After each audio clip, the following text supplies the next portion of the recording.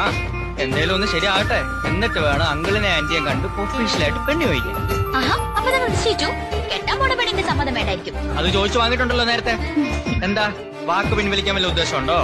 നീ പിന്മാറിയില്ലെങ്കിൽ ഞാനും പിന്മാറില്ല. പോരെ? മതി.